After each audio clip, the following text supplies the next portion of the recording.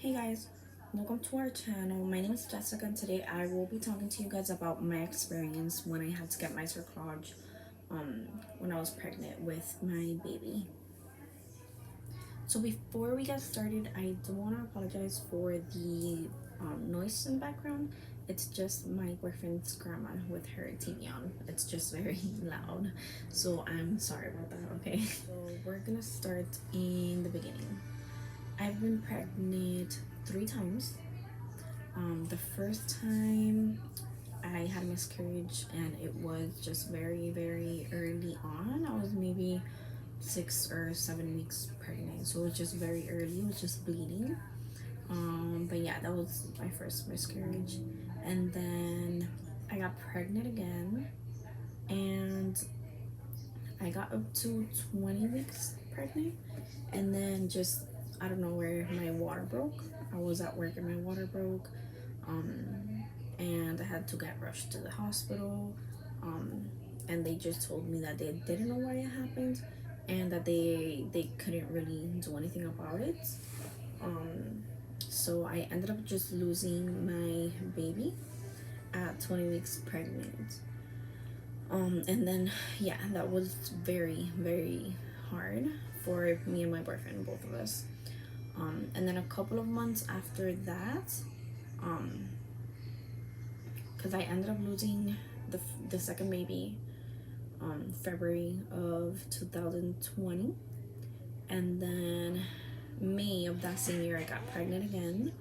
And then since the beginning, my doctor wanted to do ultrasounds every 2 weeks because he didn't know why my water had broken before, and he just wanted to do ultrasounds every 2 weeks to check if my cervix was getting weaker, or if it was opening or shortening or all of that. And at the same time, I was already getting Makino shots. Literally since the first appointment, he got me on Makino shots, and I was getting them here, like in the back of my arm, both arms. Supposedly, they were supposed to help strengthen my cervix, but I feel like if that didn't really do anything at all, because like they kept doing those ultrasounds every 2 weeks, and then when I was like around 16, 17 weeks, they saw that my cervix actually started shortening, and it kept getting shorter and shorter and shorter. So sorry about that. So my boyfriend was actually calling me. He's at work right now. Where were we? Okay, so yes, so my cervix actually started getting shorter and shorter and shorter, and they wanted to do the ultrasound every week instead of every 2 weeks. And then once I got to 20 weeks pregnant, my ultrasound tech actually started talking to me, and she talked about the cerclage, that she knows like some of her patients have actually gotten it, and that it was very successful with the pregnancy.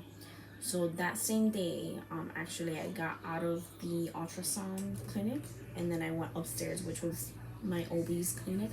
And that same day, I actually spoke to him about it, and I told him that I wanted to see if maybe I could do that, because I didn't want to lose my baby again, because it was actually super hard on us. And then he actually told me that in the hospital that he like operates at and like works at, they don't allow any of those things because of something religious or something like that. I don't know. So he recommended that I actually go to a different clinic with a different doctor and a different hospital and all of that. So me myself, I went to the hospital, and I went straight up to labor and delivery. And I just told him, because the last ultrasound they had done on me, my cervix I believe was 2.5. And then so I ended up going to the hospital, and I told them everything that was going on, and they decided to do an ultrasound themselves. And once they did the ultrasound, they noticed that it wasn't 2.5 or whatever it was, and it was actually 1.9, 1.8. So they decided to admit me, and to do the cerclage. So I got admitted to the hospital and changed and all that, and I ended up calling my boyfriend because I could only have one visitor there. So I ended up calling my boyfriend so that he could stay the night with me. And then early the next morning, 7 a.m., I signed all the paperwork. They explained like the risks and the pros, cons, all of that, and they took me straight into the operating room to do the procedure. Um, I remember being super, super, super nervous.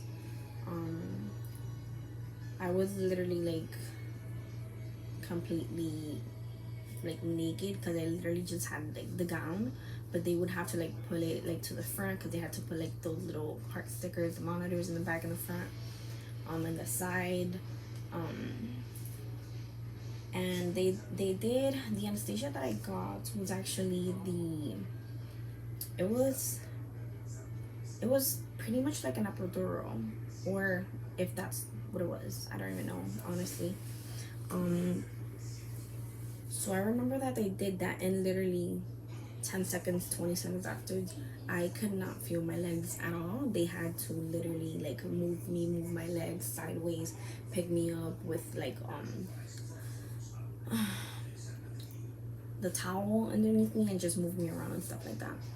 Um, they literally had me lay down flat on my back, like literally with my arms opened, and they covered me here. They put like something here to cover me, and I wasn't able to see what they were doing. But I actually had like a TV right on the side, and I would look to the side and I would pretty much see whatever they were doing. But I was just super, super nervous. um, I remember being super, super sleepy too and telling myself not to fall asleep because that's how scared I was. But I mean, it didn't hurt at all, and the doctors were actually great. They kept asking me if I was okay, if I felt okay, if I had any pain, if I felt anything. So they were actually pretty great. Um, so the procedure actually took around 45 to an hour, 45 minutes to an hour.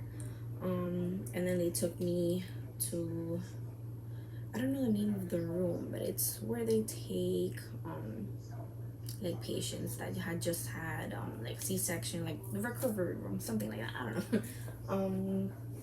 So they took me there just to wait out the anesthesia to leave my body and for me to start feeling my legs again. And that took like 4 to 5 hours. That took like a really long time, really, really long time. So once the anesthesia left my body, they helped me stand up, they helped me walk, and they wanted to make sure that I could go and use the restroom before I got discharged. So yeah, that's what happened after those 4 or 5 hours. And then once I got discharged, they actually sent me home with painkillers, because they said that I was gonna be cramping for a couple of days and that I was gonna be bleeding as well. They also sent me home with some progesterone pills, but I was actually not supposed to take them by mouth. I was actually supposed to put them down there every single day, every single night. And once I did that, I wasn't supposed to stand up at all, like till the next morning, or I mean, till I had to go use the restroom. But yeah, I had to keep doing that until they actually removed the cerclage. And I actually asked if I had to be in bed rest, and they said there was no need of bed rest or anything like that. But I was actually so scared that I just stayed in bed for like a month and a half. I would literally not stand up at all. I would just go to the restroom or go take a shower and come back to bed. That's it. I wouldn't cook, I wouldn't clean, I wouldn't pick up. So yeah, my boyfriend would actually do pretty much everything. He would clean, cook for me, he would bring the food to bed. So yeah, he was really, really good. And then after that month, I actually asked the doctor. He still said that there was no need for bed rest, but I was scared, so I still kept on doing bed rest. From time to time I would like get up and walk a little bit, to work. Okay, so after I did turn 30 weeks pregnant, I did walk. I did get up, not exercise at all. But I did walk. I'd go outside, or go actually eat in the table, not in bed like I was doing. And yeah, I would walk a little bit more as the weeks went by. Um, and at 37 weeks, the doctor requested to have my cerclage removed, and they actually did that in the hospital where I was gonna give birth. Um, so yeah, they removed my cerclage at 37 weeks pregnant. Oh, and my cerclage, I got it at 21. No, 20 weeks, almost 21. Yeah, it was like 20 weeks, 5 days. But yeah, removed the cerclage at 37 weeks. For the removal of the cerclage, it did hurt because they did not use any anesthesia at all whatsoever.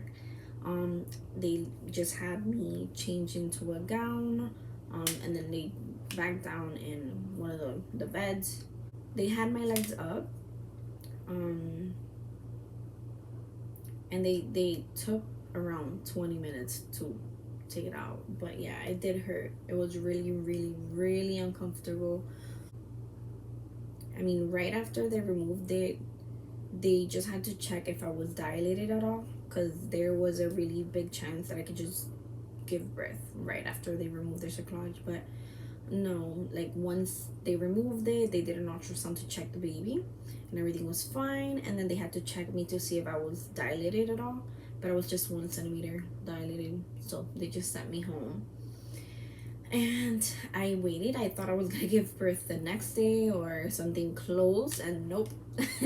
um they actually had to induce me at 39 and a half weeks, so almost 40 weeks.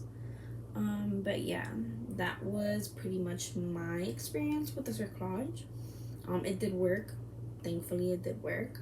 Um, and I mean, I just wanted to post a video talking about my experience with it, because I was really scared when I got my cerclage, and I tried looking it up, and I didn't really know what to expect.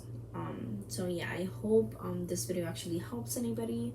Or I mean, I'm pretty sure it's not gonna be the same experience at all, because every doctor is different, every body is different, every pregnancy is different, the hospitals are different. So yeah, it just depends. But I mean, that was just my experience with the cerclage.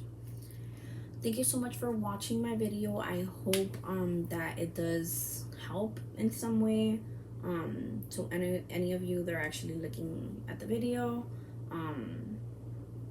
And please like, comment, and subscribe. I will be posting more mom baby stuff in the future, like family stuff, maybe any family trips that we do have, any vlogs, and yeah, just life.